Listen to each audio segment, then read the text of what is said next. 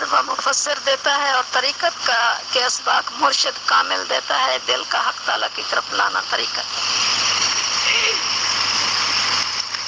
حقیقت جب سالک طریقت میں کمال حاصل کر لیتا ہے تو منزل حقیقت کی ابتدا ہوتی ہے۔ حقیقت کی تعریف یہ ہے کہ اس راہ پر چلنا ہے جس میں تمام مخلوق کی اصلیت اور ماہیت کا علم اور مشاہدہ ہو جائے۔ عقیدہ دل سے ہر چیز کی حقیقت و اصلیت ماہیت کو دیکھ لے، کسی شے کی تحقیق میں کسی قسم کا شک و شبہ نہ رہے۔ دل کو یاد حق تعالیٰ میں ملازم رہنا حقیقت ہے۔ معرفت جب تمام کائنات اور جتنے عالم خدا نے پیدا کیے ہیں ان کی ہر شے کا صحیح مشاہدہ ہو جائے تو وہیں سے ابتدائے معرفت ہے۔ اس منزل پر سالک کو خالق کائنات کی معرفت حاصل ہوتی ہے جو یقین اور مشاہدہ کے ساتھ آراستہ ہوتی ہے۔ بظاہر انسانی قدرت سے بعید ہے مگر یہ باطن خاص انسان کے لیے مخصوص ہے۔ اگر یہ معرفت ویسی معرفت نہیں ہو سکتی ہے جو خود باری تعالیٰ کا اپنا عرفان ہے تو یہ کیوں کر ہو سکتی ہے؟ افق مبین قلب کے انتہائی مقام کو افق مبین کہتے ہیں۔ افق اعلیٰ نہایت مقام روح افق اعلیٰ کہلاتا ہے۔ صاحب تلوین جو سلوک کی منزلیں طے کر رہا ہے وہ صاحب تلوین کہلاتا ہے۔ صاحب تمکین جو واصل اللہ ہو یا جسے تجلی الہی کا دوام حاصل ہو گیا ہو اسے صاحب تمکین کہتے ہیں۔ منازل ناسوت ملکوت جبروت لاہوت طے کر کے داخل ہو گیا ہوتا ہے۔ عالم ناسوت میں تمام دنیاوی اجسام و ارواح کے نام و باطنی حصے شامل ہیں۔ عالم ناسوت میں تمام دنیاوی اجسام و ارواح ظاہری و باطنی حصے شامل ہیں، یعنی تعلق بالنفوس بھی ہو اور متعلق باجسم بھی۔ اس عالم کی سیر یہ ہے کہ سالک کی تمام تر توجہ تمام دنیاوی اشیاء سے روگردانی ہو جائے اور خیال و روح دوسرے عالم یعنی عالم برزخ کی طرف متوجہ ہو جائے۔ عالم ملکوت اس عالم کا نام ہے جہاں مخلوق جسم نہیں رکھتی بلکہ محض روح ہے، جیسے ملائکہ ان کا جسم نہیں صرف روح سے تعلق ہے، یہاں اس عالم کا مشاہدہ ہوتا ہے۔ عالم لاہوت یہاں پر سالک تصفیہ قلب اور تزکیہ نفس کے کمال کو پہنچ جاتا ہے۔ ارواح سے تعلقات اور ملاقات ہے، اسرار و تجلیات ذات پاک حق تعالی سبحانہ ظاہر ہوتے ہیں۔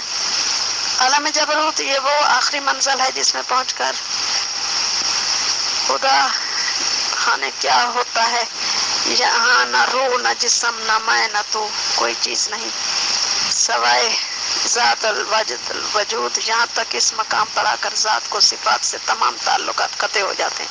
ہر قید سے تجلی کے لیے نہ کوئی جسم ہے نہ کوئی صفت ہے اور نہ روح کہہ سکتے۔ راز یہ کہ جو کچھ کہہ سکتے ہیں سب سے علیحدہ ہے، زبان و قلم و بیان دل و دماغ کے ہر احاطہ سے باہر ہے۔ عالم دنی وہ علم جو بغیر کسی واسطے کے اللہ تعالیٰ اپنے کامل بندے کو عطا فرمائے۔ توجہ اور القاء دوسرے انسان کے دل میں ذکر اور محبت الہی کا پہنچانا۔ معجزہ خلاف عادت جو بات پر نبی سے ظاہر ہو وہ معجزہ کہلاتی ہے۔ نبی کو معجزہ حاصل کرنا حق ہے۔ کرامت خلاف عادت جو ولی سے کام یا ظاہر باتوں سے کرامت کہتے ہیں مگر ولی کو کرامت کو چھپانا چاہیے۔ حال وہ حالت ہے جو اللہ تعالیٰ کے فضل سے قلب و روح میں ظاہر ہو۔ حال وہ کیفیت ہے جو اللہ تعالیٰ کی طرف سے دل میں طاری ہو جائے اور پھر کسی کوشش سے ہٹائی نہ جا سکے، اور پھر جب رفع ہو جائے تو پھر کسی تکلیف یا کوشش سے اس کا حصول ممکن نہ ہو سکے۔ مقام ہم میں سے ہر ایک کا مقام معین ہے۔ مقام سالک کے اعمال سے تعلق رکھتا ہے۔ نمبر 1 توبہ یعنی ترک گناہ کا پختہ عزم کرے۔ نمبر 2 رجوع اللہ کرے۔ نمبر 3 زہد اختیار کرے۔ نمبر 4 توکل یعنی اللہ پر بھروسہ کرے۔ صوفی کے لیے جائز نہیں کہ سچی توبہ کے بغیر انانت کا دعویٰ کرے۔ سکر غلبہ نیم بے ہوشی اور جذب و مستی کو کہا جاتا ہے۔ در حقیقت ارباب ایمانی کے نزدیک اللہ تعالیٰ کی محبت کا غلبہ مراد ہے۔ صاف سے مراد مقصد کا حصول ہے۔ واسطہ انسان کامل مکمل جو خالق اور مخلوق میں رابطہ قائم کرائیں واسطہ کہلاتا ہے، یعنی ولی اللہ۔ ولی اللہ ولی وہ ہے جس کے ساتھ محبت کی گئی ہو. اللہ تعالیٰ کا ارشاد ہے وہ یتولی الصالحین، اور وہ نیک بندوں سے محبت کرتا ہے. اللہ تعالیٰ اپنے بندے کو اس کے حال پر نہیں چھوڑتا بلکہ اس کو اپنی حفاظت میں لے لیتا. بندہ اللہ تعالیٰ سے محبت کرتا ہے اور اس کی عبادت اور باقی حقوق کی ادائیگی میں مصروف ہوتا ہے، غیر اللہ سے کنارہ کش ہو جاتا ہے، تو معلوم ہوا کہ بندہ مرید اور اللہ مراد ہے. اللہ تعالیٰ اپنے دوستوں یعنی ولیوں کا نامزد ہے. حضرت جنید رحمۃ اللہ علیہ فرماتے ہیں دراصل ولی وہ ہے جس کو کوئی خوف نہ ہو. وہ خوف زمان اور مستقبل کے آنے یا کسی چیز کے فوت ہو جانے سے خواہ محبوب ہی ہو کوئی خوف نہیں رکھتا. ولی اپنے موجودہ وقت کا پابند ہوتا ہے، اس کے مستقبل کا کوئی زمانہ نہیں کہ وہ اس دور میں کس شے سے خوف رکھے. جذبہ اللہ تعالیٰ کی طرف دلی طور پر متوجہ ہونا جذبہ کہلاتا ہے. جذبہ الہی کی دو قسمیں ہیں، بلا واسطہ اور بالواسطہ. بلا واسطہ جذبہ محض عبادت کے ذریعے پیدا ہوتا ہے اور اس میں درجہ بدرجہ ترقی نہیں ہوتی، وہ ثمرہ عبادت ہے. بالواسطہ جذبہ جو شیخ کامل کی صحبت سے حاصل ہوتا ہے، اس میں درجہ بدرجہ روز افزوں ترقی ہوتی رہتی ہے، یہ تاثیر شیخ کہلاتا ہے. نافل شیخ جب انسان بیعت کرتا ہے تو کامل شیخ کے اثر سے انانیت میں کمی ہو جاتی ہے اور ذکر و فکر غلبہ کرتے ہیں. بالآخر پیر کی تاثیر اتنی غالب آ جاتی ہے تو سالک کے اندر باہر اپنے پیر کے جلوے نظر آتے ہیں، اس کو فنافل شیخ کہتے ہیں. فنافل رسول فنافل شیخ کے بعد سالک کا طبعی سب ترقی کرتا ہے اور جناب نبی کریم صلی اللہ علیہ وسلم کی ذاتی تاثیر سالک پر مرشد کریم کی توسط سے اس قدر جلوہ ریز ہو جاتی ہے، اس کی موجودہ کیفیت حضور نبی کریم صلی اللہ علیہ وسلم کی تاثیر میں گم ہو جاتی ہے. اسی کیفیت کو فنافل رسول کہتے ہیں. فنافل اللہ جب فنافل رسول کا مرتبہ کامل ہو جائے اس کے بعد فنافل اللہ کا مقام ہوتا ہے. اس مقام پر سالک ہر چیز کو فنا کر دیتا ہے، کوئی شے سوائے رویت تب اللہ تبارک و تعالیٰ کے نظر نہیں آتی. یہی منزل مقصود ہے اور مقام مقصود ہے، یہی کمال ہے اور یہی معرفت ہے. سالک شہودی ہو جائے.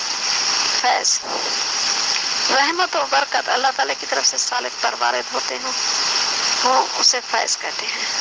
نور نور تجلی ایسا لطیف جس کے آگے کوئی چیز حائل نہیں ہو سکتی، وہ ہر چیز سے گزر سکتا ہے.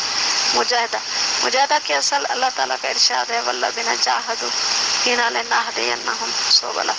جو لوگ ہماری راہ میں صحیح کوشش کرتے ہیں ہم اپنی راہ ان پر آسان کر دیتے ہیں. حضرت ابو علی وقاص رحمۃ اللہ علیہ کا ارشاد ہے جو سالک ابتدا میں صاحب مجاہدہ نہیں ہوتا اس کو طریقت کی ہوا بھی نہیں لگتی. آپ نے فرمایا کہ حرکت میں برکت ہے. ابو عثمان رحمۃ اللہ علیہ نے فرمایا مجاہدہ کے بغیر اگر کوئی شخص یہ خیال کرے کہ طریقت میں اس پر بات کھول دی جائے گی یا اس کو کسی بات کا کشف ہو جائے گا تو وہ غلطی پر ہے. حضرت حسن قزاد رحمۃ اللہ علیہ نے فرمایا مجاہدہ کی بنیاد 3 چیزوں پر رکھی ہے: فاقہ کے بغیر نہ کھائے، نیند سے مغلوب ہو جانے کے بغیر نہ سوئے، بے ضرورت نہ بولے. خاص و عام کا مجاہدہ عام لوگوں کا مجاہدہ یہ ہے کہ اعمال کو پوری طرح انجام دیں، اور خواص کا مجاہدہ یہ ہے کہ اپنے احوال کا تصفیہ و تزکیہ کریں، بھوک پیاس کو برداشت کریں، عقل حلال کی کوشش کریں، حرام سے بچیں. تمام گناہوں کی جڑ حرام پر ہے اور دین کی بنیاد حلال روزی پر.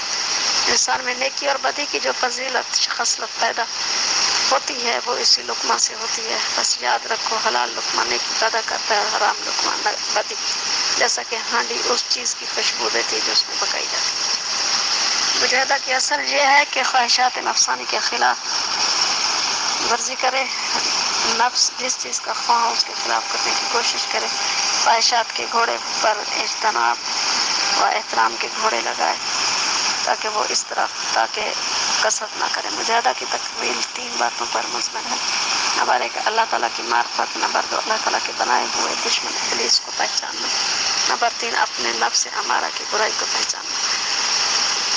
اب ہے مراقبہ. مجاہدہ بغیر مراقبہ کے مکمل نہیں ہوتا. تصوف کی اصطلاح میں تصور کو مراقبہ کہتے ہیں. باری تعالیٰ کی طرف سے جلوے یا نور کا منتظر ہونا مراقبہ کی اصل ہے. لہذا بندہ یہ جان لے کہ اللہ تعالیٰ اس پر مطلع ہے اور اسی احساس کے ہمیشہ قائم رکھنے کا نام مراقبہ ہے. یہ مراقبہ تمام خوبیوں اور بھلائیوں کی اصل ہے. اس درجہ تک سالک کی رسائی ان چیزوں کے بغیر نہیں ہوتی: اعمال کا محاسبہ، جلد از جلد اصلاح احوال، رائے حق پر ثابت قدمی، اللہ تعالیٰ سے دلی لگاؤ کی نگہداشت، کسی سانس کا بیکار اور یوں ہی ضائع نہ کرنا، یہ پاس انفاس ہے. بس سمجھ لینا چاہیے کہ اللہ تعالیٰ سالک کا حکمران ہے، نگران ہے، اس کے قریب ہے، اس کے تمام احوال سے واقف ہے، اس کے تمام مخفی اور ظاہری باتیں جانتا ہے. مراقبے میں انسان کامل اللہ تعالیٰ کی عطا کردہ چشم بصارت سے ظاہری اور باطنی کائنات کی ظاہری اور غیبی اشیاء کو دیکھ سکتا ہے. مرد عارف کامل پورے طور پر جب تزکیہ نفس، تصفیہ قلب، تخلیہ روح اور تخلیہ سر ہو جاتا ہے تو وہ اللہ تعالیٰ کا ایک ایسا مظاہر قائم اور مکمل آئینہ بن جاتا ہے کہ اللہ تعالیٰ کے انوار ذات و صفات کو اپنے اندر حسب وسعت استعداد انعکاس کرتا ہے. ولی کامل کا دل اللہ تعالیٰ کی لوح و قلم کا ایک ماڈل اور نمونہ ہے. وہ ہر سالک بقدر وسعت استعداد اس میں ماضی، حال اور مستقبل کے حالات اور واقعات کا نظارہ کر سکتا ہے. ایک انسان کو کی تخلیق کردہ اورینا کی رصدگاہ میں نصب شدہ دوربین سے کروڑہا میل دور کے سیارے دیکھے جا سکتے ہیں، تو اللہ تعالیٰ جس کامل ولی کے دل کی دوربین یعنی دل کی آنکھ کو وسعت بخشے تو وہ اس کے سے تمام جہان عالم بالا کا نظارہ کیوں نہیں کر سکتا. یہ اللہ تعالیٰ کے لیے آسان ہے. انسان کے وجود میں دل کے اندر ایک لطیف روزن ہے جسے انسان کبھی کبھی عالم غیب اور عالم امر کے لطیف جہان کی طرف جھانک سکتا ہے جو ظاہری اس سے معلوم ہو اور محسوس نہیں ہوتا. ابتدا میں جب طالب مولا کا دل زندہ ہونے لگتا ہے تو اس کی بعض علامات یہ ہوتی ہیں کہ خواب میں بیداری، ہوش و شعور حاصل کر لیتا ہے اور محسوس کرتا ہے کہ بائینہ دیکھ رہا ہے تو اس سے مراقبے کو پائیے. جب ہوش و حواس کے ساتھ خواب کی حالت میں اپنے اختیار سے چلا جائے اور پھر اپنے اختیار سے واپس آ سکے اس نے مراقبہ کو گویا حاصل کر لیا.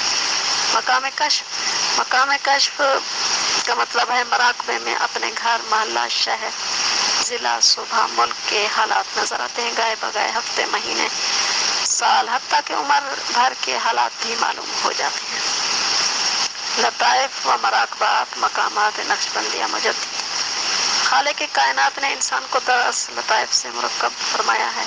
وہ لطائف درج ذیل ہیں. عالم امر وہ 5 لطیفے جو امر کے نام سے موسوم کیے جاتے ہیں محض امر کن سے پیدا ہوئے اور ان کا مقام فوق عرش ہے. ان لطائف کو عالم خلق کہا جاتا ہے اور ان کی تخلیق بتدریج ہوئی ہے. ان کا مقام تحت عرش ہے. اللہ تبارک و تعالیٰ نے اپنی قدرت کاملہ سے ان لطائف کو چند جگہ انسان کے جسم میں امانت رکھا ہے. انسان یاد الہی کے ذریعے ان 5 لطیفوں کے انوار و برکات سے حجاب ہو کر اپنے پروردگار کا قرب حاصل کرنے کے لیے عشق رسول صلی اللہ علیہ وسلم کا ہونا ضروری ہے. جس طرح نماز میں جسم کا کعبہ کی طرف منہ کرنا ضروری ہے، اسی طرح روح جب تک حضرت سلطان العارفین حضرت محمد مصطفیٰ صلی اللہ علیہ وسلم کی طرف متوجہ نہ ہوگی اس وقت تک تیری روح کو انوار الہی کا لباس نہیں پہنایا جائے گا. عالم خلق کے 5 لطیفوں کی جڑ وہی عالم عمل کے 5 لطیفے ہیں. جیسا کہ نفس کی جڑ قلب ہے، بعد یعنی ہوا کی جڑ روح ہے، آب یعنی پانی کی جڑ سر ہے، آتش یعنی آگ کی جڑ خفی ہے اور خاک کی جڑ اخبا ہے. پھر ان لطائف میں ہر ایک کا نور جدا ہے.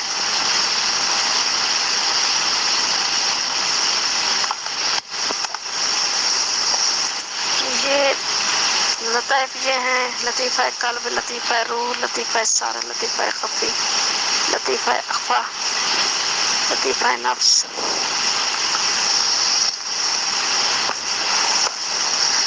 نام لطیفہ قلب یہ زیر قدم حضرت آدم علیہ السلام کے ہے اور بائیں پستان کے نیچے 2 انگل کے فاصلے پر. لطیفہ روح دائیں پستان کے نیچے 2 انگل کے فاصلے پر. لطیفہ سر بائیں پستان کے برابر سینہ کی طرف. لطیفہ خفی دائیں پستان کے برابر سینہ کی طرف. لطیفہ اخفا وسط سینہ. لطیفہ نفس وسط پیشانی. سلطان الاذکار تالو وسط سر کے سامنے یعنی تالو پیر سر کے درمیان. اس لطیفہ کا محل تمام بدن سے حتیٰ کہ بال کی جڑ سے ذکر جاری ہو جاتا ہے. طریقہ ذکر پچھلی رات کو اٹھے اور نماز تہجد ادا کرے، بعد نماز دوزانو ہو کر 7 مرتبہ استغفر اللہ ربی من کل ذنب واتوب الیہ پڑھے، 3 مرتبہ اول آخر درود شریف اور 1 مرتبہ سورۃ فاتحہ، 3 مرتبہ سورۃ اخلاص پڑھ کر اس کا ثواب سلطان العارفین حضرت محمد صلی اللہ علیہ وسلم عام اور تمام بزرگان دین کی ارواح مبارکہ کو بخش کر بارگاہ الہی میں حصول فیض کے لیے دعا کرے، اور اس کے بعد موٹی تسبیح کی آواز سے زبان کو تالو سے لگا کر دل کو جمیع خطرات سے پاک کر کے ذکر اسم ذات یعنی اللہ شروع کرے۔ تسبیح کے دانوں سے آواز پیدا ہو، اس کو خیال کرے کہ یہ اللہ اللہ پکار رہی ہے، اور یہ خیال کرے کہ میرا قلب بھی اللہ اللہ پکار رہا ہے۔ پھر یہ تصور اتنا پختہ ہو جائے کہ تسبیح کی پکار غائب ہو جائے، بعد صرف قلب کی پکار ہی سنائی دے۔ ذکر کے وقت سالک کی توجہ دل پر ہو اور دل کی توجہ اللہ تعالیٰ کی طرف ہو، یعنی خلوت در انجمن کو مد نظر رکھے۔ شروع میں خیال رکھے کہ میں اپنے مرشد کی خدمت میں بیٹھ کر اللہ اللہ کر رہا ہوں، اور مرشد کریم کے دل سے ذکر الہی کا نور میرے دل میں آ رہا ہے۔ آگے چل کر یہی تصور نافل شیخ میں تبدیل ہو جائے۔ جب تک دل میں خدا کا ذکر یعنی اسم ذات ذکر اللہ قرار نہیں پکڑتا، اس وقت تک یہ حالت ہوتی ہے کہ اللہ اللہ کرنے سے نیند آ جاتی ہے، کبھی تسبیحات سے چھوٹ جاتی ہے، دل میں اندھیرا سا معلوم ہوتا ہے۔ سو یہ بات ہمیشہ نہیں رہتی، بلکہ جب ہمت و استقلال کے ساتھ 40 دن اپنے وظیفہ کو پورا کر لیتا ہے تو غفلت دور ہو جاتی ہے۔ پھر جب وظیفہ پورا نہ کیا جائے دل کو چین حاصل نہیں ہوتا، کیونکہ اس سے پہلے روح بیمار تھی، جس کے باعث اصلی غذا یعنی یاد الہی کی طرف مائل نہیں ہوئی تھی۔ اب چونکہ وظیفہ کی برکت سے شفا ہو گئی، اب روح سے اپنی غذا کے لیے بے چین رہتی ہے۔ بفضل تعالیٰ کچھ عرصہ میں ذاکر ہو جائے گا اور وظیفہ کی برکت معلوم ہونے لگے گی، پھر بحکم مرشد کریم تسبیحات کی تعداد بڑھاتا جائے۔ سبحان اللہ۔ ذکر قلبی ہی ایک ایسی برکت چیز ہے جس کی وجہ سے محبوبیت کا درجہ حاصل ہوتا ہے۔ چنانچہ شیخ المشائخ حضرت نظام الدین اولیاء رحمۃ اللہ علیہ ذکر قلبی کی وجہ سے محبوب الہی کے منصب سے سرفراز ہوئے تھے۔ جس کا دل ذکر الہی کا ذاکر ہو گیا، وہ یقین مانو کہ اس کا کام بن گیا اور وہ اپنی مراد کو پہنچ گیا۔ اس کے بعد بحکم مرشد کریم لطیفہ روح کی طرف متوجہ ہو، اسم ذات اللہ کا ذکر کرے، پھر لطیفہ سر کی طرف متوجہ ہو، پھر لطیفہ خفی، پھر لطیفہ اخفا، پھر لطیفہ نفس سے بطور مذکور اللہ اللہ کرے۔ جب یہ 6 سبق مکمل ہو جائیں تب سلطان الاذکار کی طرف توجہ کرے۔ اسے لطیفہ قلبیہ یعنی مٹی، ہوا، پانی اور آگ، جس کو اربع عناصر کہتے ہیں، اس میں تمام بدن کو لطیفہ خیال کرے، اور یہ خیال کرے کہ میرے سر سے پاؤں تک ہر بال سے اللہ اللہ کا ذکر ہو رہا ہے۔ نیت ذکر چند بار ذکر کرنے کے بعد بڑے تضرع و انکساری سے بازگشت کرے۔ الہی مقصود من توئی، من رضا تو محبت و معرفت خود بدا۔ اگر کسی مقام پر یا کسی وقت شیطانی وسواس کا حملہ ہو جائے تو فوراً دل میں 3 دفعہ لا حول ولا قوت الا باللہ العلی العظیم پڑھے، اور ذکر کے وقت مرشد کی صورت کو روبرو تصور کرے، کیونکہ یہ تفریح خاطر کا بہترین طریقہ ہے اور اسے رابطہ کہتے ہیں۔ اذکار کی تعداد مرشد کریم کے حکم کے مطابق ہونی چاہیے۔ ذکر نفی اسباب تمام خیالات سے دفاع کو پاک صاف کر کے آنکھیں بند کر کے ناف کے نیچے سے بزبان تصور لفظ لا کو کھینچ کر لطیفہ نفس تک لے آئے، اور پھر دائیں کندھے سے الہ کہتا ہوا الا اللہ کی ضرب لطیفہ قلب پر لگائے۔ اس کیفیت کا نقش لامعکوس کی طرح ہو جاتا ہے۔ یہ ذکر احتیاط اس کی یہ ہے کہ یہ ذکر جتنی دفعہ کرے ایک سانس میں کرے اور معنی کا لحاظ رکھے، تاک عدد کو ملحوظ رکھے، سانس کو منہ سے نہ نکالے کیونکہ دانتوں کے ٹوٹ جانے کا خطرہ ہے، بلکہ سانس ناک سے نکالے اور زبان خیال سے کہے محمد رسول اللہ، کسی عضو کو جنبش نہ دے۔ تحلیل لسانی اس کا طریقہ بھی ذکر نفی اثبات والا ہے، لیکن حبس سے دم کی ضرورت نہیں۔ تسبیح کے ہر دانے پر معنی کا خیال رکھتے ہوئے لا الہ الا اللہ پڑھے، اور تسبیح پورا ہونے پر محمد رسول اللہ علیہ وسلم کہنا ہے۔ اس وظیفہ کے وقت بعد نماز اشراق سے نماز ظہر تک ہے، اس کی تعداد بزرمان مرشد ہونی چاہیے۔ نماز ظہر سے نماز عصر تک تسبیح کے ہر دانے پر لا حول ولا قوت الا باللہ پڑھتا ہے۔ تسبیح پورا ہونے پر لا باللہ العلی العظیم پڑھے۔ استغفار نماز عصر کے بعد نماز مغرب تک تسبیح کے ہر دانے پر استغفر اللہ پڑھنا ہے، اور تسبیح مکمل ہونے پر پورا استغفر اللہ ربی من کل ذنب ما توب الیہ پڑھے، اور نماز مغرب 6 رکعت اوابین ادا کرے، سالک کے لیے ضروری ہے۔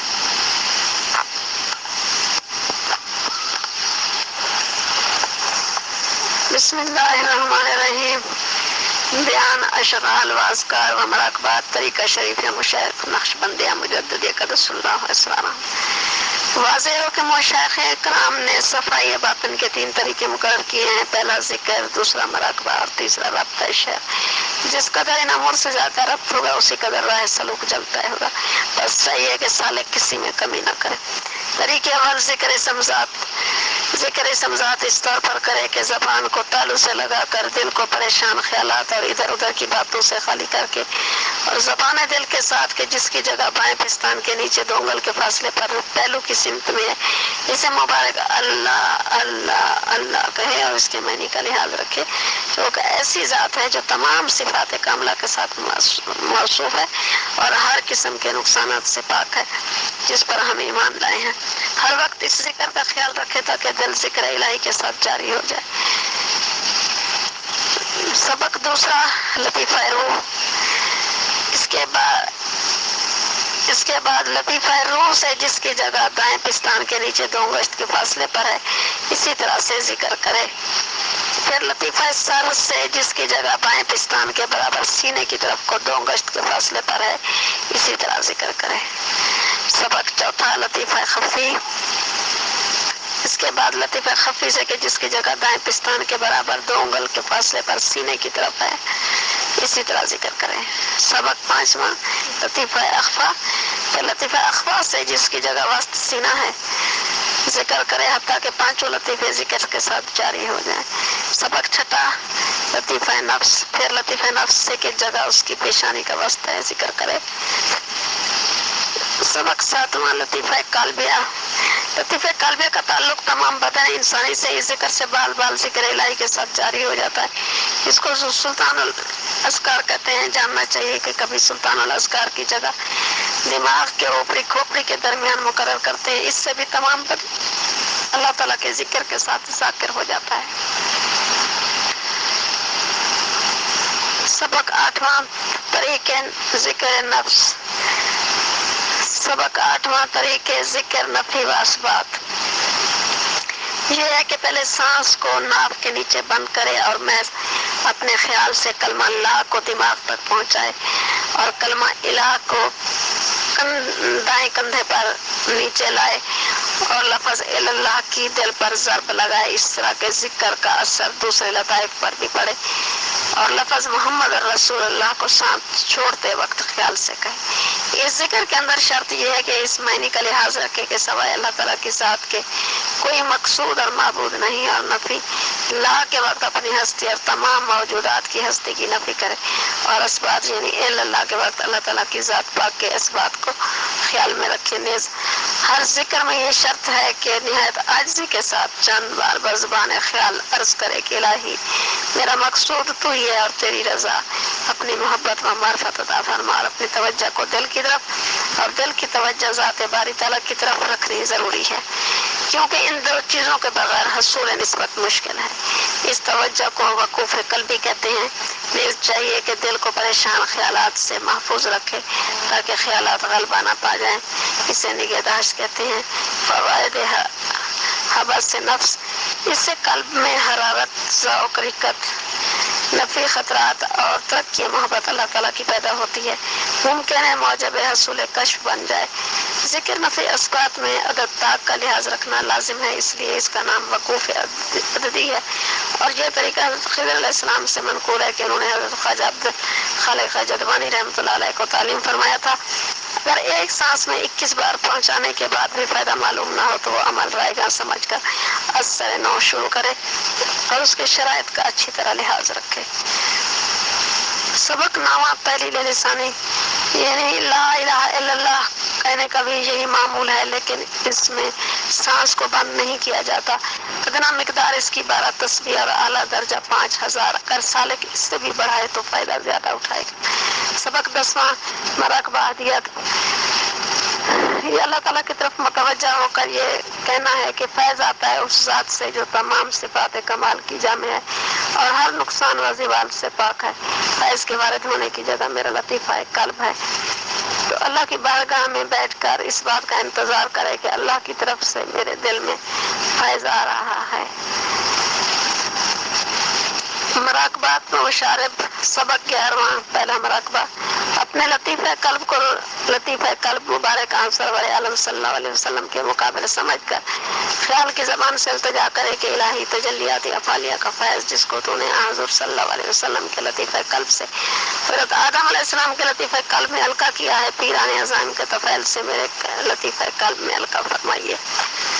سبق 12واں مراقبہ دوسرا، اپنے لطیفہ روح کو حضرت صلی اللہ علیہ وسلم کے لطیفہ روح کے مقابل تصور کر کے خیال کی زبان سے التجا کرے کہ الہی تجلیات صفات ثبوتیہ کا فیض جس کو تو نے حضور صلی اللہ علیہ وسلم کے لطیفہ روح مبارک سے حضرت نوح حضرت ابراہیم علیہ السلام کے لطیفہ روح میں القا کیا ہے، پیران کبار کے طفیل سے میرے لطیفہ روح میں القا کیجیے۔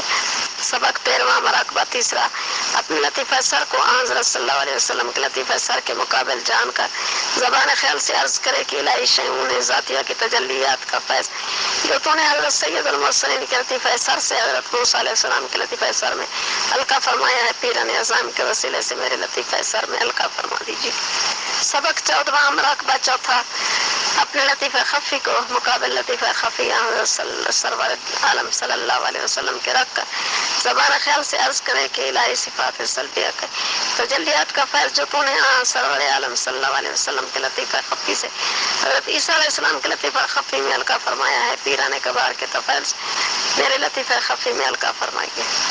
سبق 15واں مراقبہ پانچواں، اپنے لطیفہ اخفا کو حضرت صلی اللہ علیہ وسلم کے لطیفہ اخفا کے مقابل تصور کر کے خیال کی زبان سے التجا کرے کہ الہی تجلیات شان جمع کا فیض جو آپ نے سرور عالم صلی اللہ علیہ وسلم کے لطیفہ اخفا مبارک میں القا فرمایا ہے، پیران کبار کے طفیل سے میرے لطیفہ اخفا میں القا فرمائیے۔ تنبیہ، جاننا چاہیے کہ مراقبہ میں ہر اس لطیفے کو جو مورد فیض ہے ملحوظ رکھ کر سلسلہ کے مشائخ کرام اسی سلسلہ کو